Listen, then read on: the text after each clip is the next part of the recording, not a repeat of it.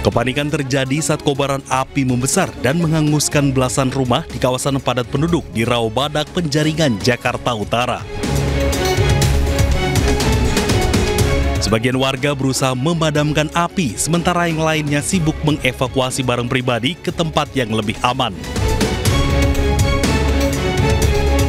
Banyaknya material yang mudah terbakar membuat api dengan cepat membesar. Warga menduga kebakaran terjadi akibat korsleting listrik dari salah satu rumah kontrakan. Dengar katanya dari Magicom katanya. Itu anak-anak remaja yang masak. Oh, listrik atau gimana? Listrik kayaknya. Akibat insiden ini, 2 warga dikabarkan mengalami luka bakar dan api baru bisa dipadamkan setelah 22 unit mobil pemadam kebakaran dikerahkan ke lokasi. Dari Jakarta, Rizky Falufi, iNews melaporkan. Pemirsa, sempat buron dalam kasus pencurian ban dan velg mobil. Seorang pria ditangkap saat mencuri kabel tower telekomunikasi di wilayah Banuaran, Kota Padang. Kepada polisi, pelaku mengaku terpaksa mencuri lantaran terhimpit ekonomi.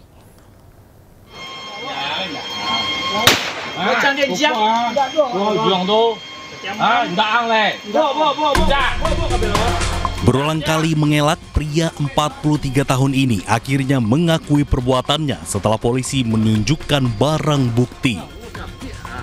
Pelaku langsung digiring ke Mapolres Kota Padang. Dari tangan pelaku, polisi menyita potongan kabel serta peralatan yang digunakan untuk mencuri. Dari pemeriksaan juga terungkap, selain mencuri kabel, pelaku juga merupakan DPO dalam kasus pencurian ban dan velg mobil. Kita amankan sewaktu korban melakukan percobaan pencurian kabel tower yang ada di tepatnya di Paralawe, Kecamatan Ubek. Setelah kita amankan, lalu kita interogasi, pelaku juga melancarkan aksinya mengambil ban dan velg dari sebuah mobil truk. Kepada penyidik, pelaku mengaku mencuri karena terdesak ekonomi. Namun penyidik meragukan alasan tersebut mengingat sudah ada banyak laporan masyarakat terkait kasus yang dilakukan oleh pelaku. Dari Padang, Sumatera Barat, Budi Sunandar, iNews melaporkan. Pemirsa, ratusan siswa SMA N 1 Cimarga, Kabupaten Lebak, Banten, mogok belajar karena temannya dianiaya oknum kepala sekolah. Siswa dianiaya karena ketahuan merokok.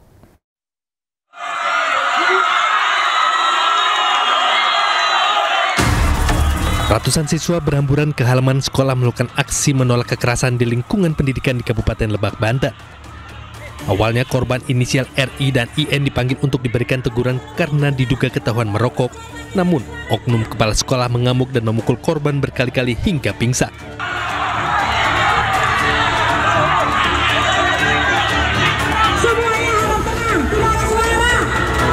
Aksi protes berlangsung damai, namun penuh emosi. Beberapa guru terlihat mencoba menenangkan para siswa. Sebagian siswa yang menyaksikan kejadian sempat pingsan, sementara korban IN dilarikan ke puskesmas terdekat untuk mendapat perawatan medis. Apa penyebabnya utama para siswa memilih untuk tidak masuk sekolah? Tuh. Saya sih nggak mau a priori, tetapi saya dapat bocoran-bocoran, ada backing di belakang ini, nggak pure Pak ini. Itu Bu, ada berapa siswa Bu yang hari ini mau total? Semua. Semua itu? Karena di bawah tekanan Pak. Hari ini Pak Sekda mengeluarkan statement terkait status kepala sekolah SMA 1 Cimarga. Ini langkah-langkah cepat yang dilakukan oleh Pemprov Banten menjadi atensi prioritas. Tujuannya adalah supaya peserta didik kita segera melaksanakan kegiatan belajar mengajar sebagaimana mestinya. Selain itu, Kepala UPDT Pendidikan Wilayah Lebak menyebut telah menginstruksikan agar kegiatan belajar mengajar di Seman 1 Cimarga segera kembali berjalan normal. Dari Lebak, Banten, Iskandar Nasution, iNews melaporkan. Pemirsa, penyelidikan kasus bulan madu berujung maut di lokasi Glamour Camping atau glamping di Kabupaten Solok, Sumatera Barat terus berlanjut. Pihak keluarga akan tuntut pertanggungjawaban pengelola penginapan.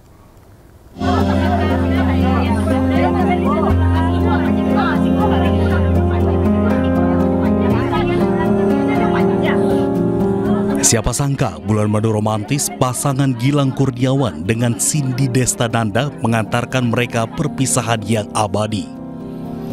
Cindy dinyatakan meninggal dunia diduga karena menghirup gas dari pemanas air. Jenazah Cindy dimakamkan pada Jumat 10 Oktober 2025, sementara suaminya memaksakan diri hadir dalam pemakaman tersebut. Atas kasus ini, polisi telah melakukan penyelidikan mendalam dengan memeriksa 5 orang saksi yang merupakan petugas dari penginapan glamping Lakeside tersebut. Untuk sementara kami baru melakukan pemeriksaan terhadap 4 orang saksi kemarin dan ditambah 1 hari ini, jadi total 5 orang saksi telah dilakukan pemeriksaan, semuanya dari pegawai penginapan. Tentunya kami dari pihak kepolisian resor masih melakukan penyelidikan terkait peristiwa tersebut. Namun apabila kami menemukan adanya kelalaian dari pihak penginapan, tentu kita akan melakukan proses lebih lanjut sesuai dengan hukum yang berlaku. Saat ini kondisi Gilang sudah cukup stabil, namun masih memerlukan pemantauan tim medis di ruang HCU Semen Padang Hospital. Pasien bersama Bapak Gilang Kurniawan, rujukan dari RSUD Arisuka ke Semen Padang Hospital dengan diduga keracunan karbon monoksida. Saat ini masih dirawat di ruangan HCU Semen Padang Hospital. Untuk kondisi pasien cukup stabil, namun masih memerlukan perawatan intensif dari tim dokter kami. Atas kasus ini, pihak keluarga menuntut pertanggungjawaban dari pihak glamping Lakeside. Pertanggungjawaban dari penginapan itu ya seperti apa dia, mungkin kita mesti nunggu. Saya itu yang mungkin. Ya. Nah, tentu pertanggungjawabannya bukan hanya ke pihak saya, ya, karena kan ada 2 korban. Menantu saya meninggal, anak saya dirawat seperti ini. Ya. Kita akan lihat seperti apa pertanggungjawabannya. Sebelumnya, pasangan Gilang dan Cindy yang baru saja menikah pada 3 Oktober 2025 ditemukan tergeletak di sebuah glamping di Solok, Sumatera Barat saat sedang berbulan madu. Dari Kabupaten Solok, Sumatera Barat, Budi Sunandar, iNews melaporkan. Pabrik sarung ponsel di kawasan industri Legok, Kabupaten Tangerang hangus terbakar. Dugaan sementara api berasal dari gudang penyimpanan bahan baku. Api berkobar dari area pabrik produsen sarung ponsel. Banyaknya material yang mudah terbakar membuat upaya pemadaman berlangsung lambat. Menurut saksi, kebakaran bermula dari adanya kepulan asap di bagian gudang penyimpanan bahan baku. Tidak berselang lama, api telah membesar dan merembet ke area produksi. Tak ada korban jiwa dalam insiden ini. Api baru padam setelah 6 unit mobil dinas pemadam kebakaran dikerahkan ke lokasi. Untuk penyebab awal sampai saat ini masih dalam penyelidikan.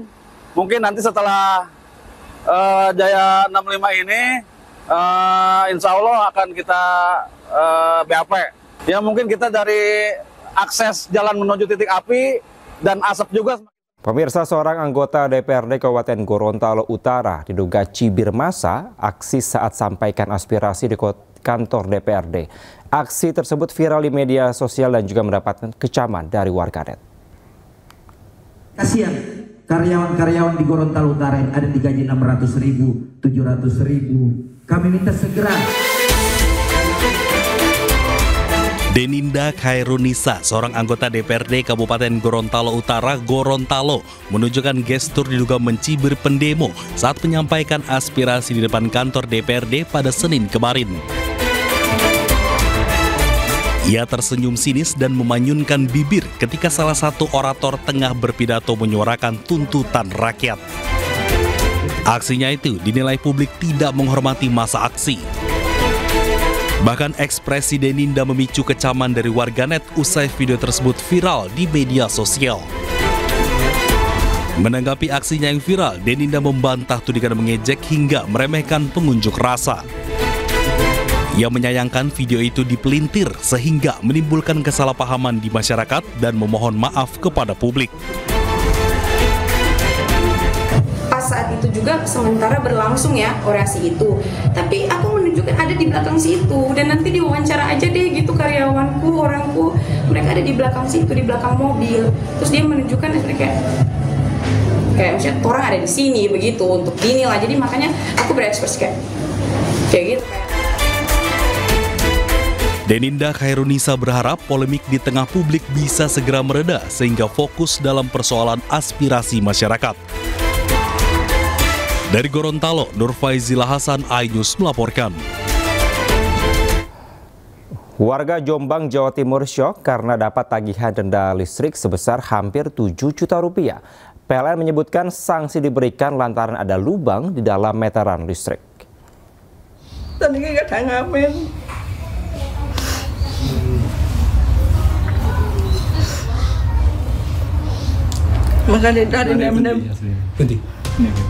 Dengan suara bergetar dan menahan air mata, Nur Hayati menceritakan peristiwa pahit yang baru saja dialaminya. Aliran listrik rumahnya tiba-tiba diputus oleh PLN dengan tuduhan pelanggaran pencurian listrik. Agar bisa tersambung kembali, Nur Hayati harus utang untuk membayar denda sebesar Rp6.900.000. Tahunya ada pandemi. Beratan mas. Kenapa? Oleh orang siji ya. Sedengone yang kata. Itu tetap keberatan. Kerja apa Bu sehari-hari? Jeneng. Bapak dan bangunan. Kuli bangunan. Bangunan. Terus kalau bayar ini dapat uang dari mana nanti? Oleh utang sana sini. Utang jerakan niku. Potong bayaran. Bayarannya dipotong. Iya. Berdalih keberatan, Nur Hayati dan wasis yang didampingi oleh Lembaga Bantuan Hukum memutuskan mendatangi kantor PLN di Jalan Wahid Hasyim, Kota Jombang, Jawa Timur. Itu pada saat pemeriksaan didampingi oleh pelanggan juga dan ada pendamping dari Polres atau kepolisian, itu ditemukan KWH meter berlubang seperti itu. Jadi KWH meter berlubang tersebut tidak standar sehingga diamankan. Terkait keberatan dan alasan tidak mampu membayar, PLN ULP Jombang memberikan kelonggaran kepada Nur Hayati dengan cara dicicil. Dari Jombang, Jawa Timur, Mukhtar Bagus, iNews melaporkan.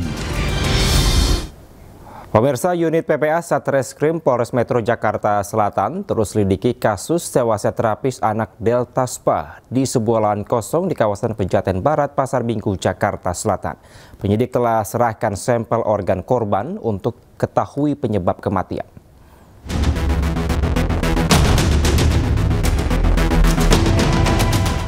Penyelidikan kasus kematian terapis Delta Spa berinisial RTA terus dilakukan penyidik unit PPA Satreskrim Polres Metro Jakarta Selatan. Penyidik telah menyerahkan sampel organ tubuh korban guna memastikan penyebab kematian korban. Selain itu, polisi telah menjadwalkan pemanggilan pemilik Delta Spa untuk mengetahui sistem perekrutan terapis. Penyidik juga menjadwalkan pemanggilan terhadap petugas Dinas Catatan Kependudukan Sipil Indramayu, Jawa Barat guna mencari tahu usia asli korban. Sudah kita lakukan, antara lain yang pertama adalah kita sudah mengirimkan undangan klarifikasi kepada pihak-pihak terkait seperti pemilik, kemudian orang yang melakukan rekrutmen, kemudian kita juga sudah bersurat dengan Dukcapil Indramayu terkait pastinya identitas korban tersebut. Kemudian terakhir kemarin kami sudah mengirimkan sampel dari toksikologi, organ-organ untuk kita cek toksikologi dari korban. Nanti menunggu hasil itu dulu dari Puslapfor, kemudian nanti dapat disimpulkan oleh Rumah Sakit Polri terkait penyebab kematian dari korban seperti apa. Dari hasil pemeriksaan medis sementara, korban tidak meninggal dalam kondisi hamil dan belum pernah hamil. Dari Jakarta Selatan, Helmi Sajengbati, iNews melaporkan. Pemirsa, Kejaksaan Agung telah selesai memeriksa Nadiem Makarim sebagai tersangka kasus korupsi laptop. Nadiem berharap kebenaran akan terungkap. Setelah diperiksa 10 jam, Nadiem Makarim keluar dari gedung Bundar Jampitsus Kejagung sekitar pukul 22 waktu Indonesia Barat. Nadiem tidak menjelaskan secara detail proses pemeriksaan yang dijalaninya. Menteri era Jokowi itu hanya mengatakan bahwa pemeriksaan berjalan lancar. Nadiem juga berharap kebenaran akan terungkap. Nadiem Makarim ditetapkan sebagai tersangka dalam korupsi pengadaan laptop Chromebook di Kemendikbudristek 2018-2022. Dalam kurun waktu ini ya, kebenaran. Alhamdulillah lancar proses pemeriksaan hari ini. Saya yakin dalam kurun waktu ini ya, kebenaran akan terbuka. Saya ingin mengucapkan terima kasih atas semua dukungannya. Coba ya. Puluhan santri se-Bandung Raya berunjuk rasa di rumah anggota DPR RI Atalia Praratya di kawasan Ranca Bentang, Kota Bandung, Jawa Barat. Aksi ini buntut pernyataan Atalia terkait kajian pembangunan Al-Kozini menggunakan APBN.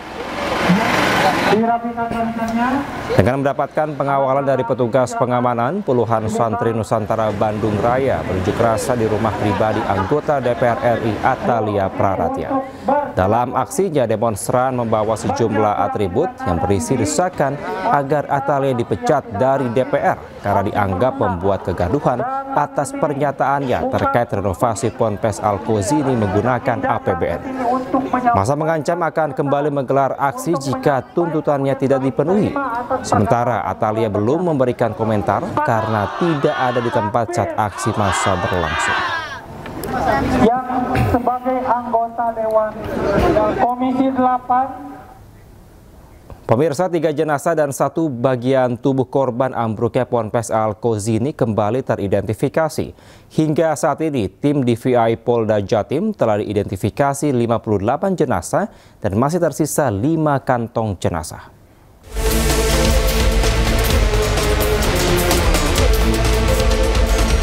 Pasca ambruknya Ponpes Al-Kozini 29 September lalu, proses identifikasi korban masih terus berlangsung. Hingga Selasa malam, tim DVI Polda Jatim berhasil mengidentifikasi 4 kantong jenazah. Dengan penambahan ini, tim DVI telah berhasil mengidentifikasi 58 kantong jenazah dari 67 kantong jenazah. Tim DVI Polda Jatim telah berhasil melaksanakan identifikasi terhadap 4 kantong jenazah yang terdiri dari 3 jenazah dan 1 body part. Sampai dengan hari ini, tim gabungan telah berhasil mengidentifikasi total 58 korban dari 67 kantong jenazah yang diterima. Hingga saat ini, kantong jenazah yang masih berada di posko DVI Rumah Sakit Bayangkara Polda Jatim berjumlah 5 kantong. Kabidokes Polda Jatim berharap seluruh proses identifikasi jenazah korban akan selesai pada minggu ini. Dari Surabaya, Jawa Timur, Rahmat Ilyasan, iNews melaporkan. Kita ke informasi lainnya, pemirsa. Co-CEO MNC Group Angela Tanusudibio menjadi pembicara dalam acara pengenalan kehidupan kampus bagi mahasiswa baru atau PKKMB MNC University tahun akademik 2025-2026. Dalam pemberian kuliah umumnya, Angela Tanusudibio menekankan pentingnya keterampilan non-teknis atau soft skills sebagai bekal utama untuk generasi muda dalam menghadapi tantangan zaman. Ratusan mahasiswa baru dari MNC University sangat antusias mengikuti kuliah umum perdana yang menghadirkan co-CEO MNC Group yang juga CEO iNews Media Group Angela Tanusudibio sebagai pembicara.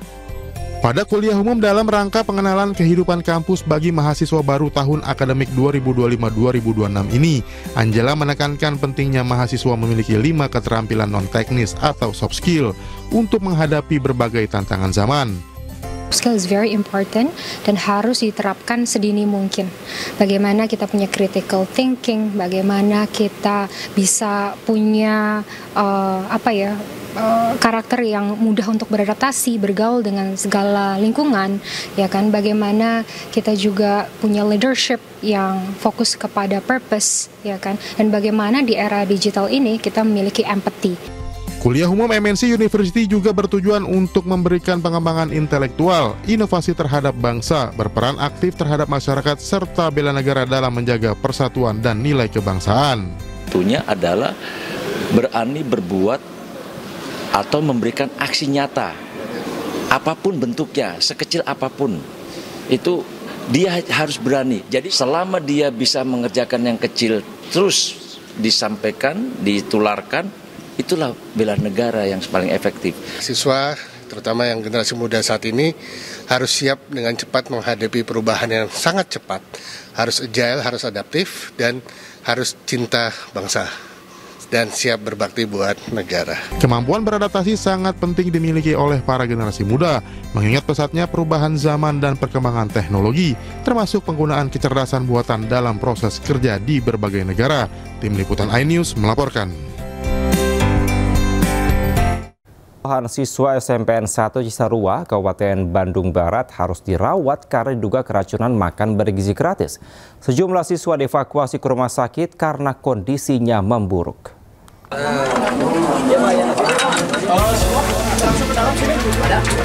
Petugas mengevakuasi siswa yang diduga keracunan MBG di SMPN 1 Cisarua, Kabupaten Bandung, Jawa Barat. Siswa dievakuasi dengan menggunakan ambulan ke rumah sakit Cibabat.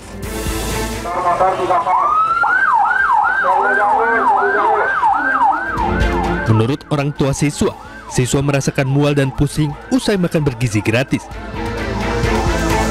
Dari siang, tadi siang udah dari sekolah masih pusing sakit, nah katanya. Tapi enggak, terus diminumin air kelapa. Habis itu dari rumah udah makan, pusing lagi, mual lagi, sakit. Artinya sempat pulang lagi, Bu? Iya, sempat pulang terus ke sini.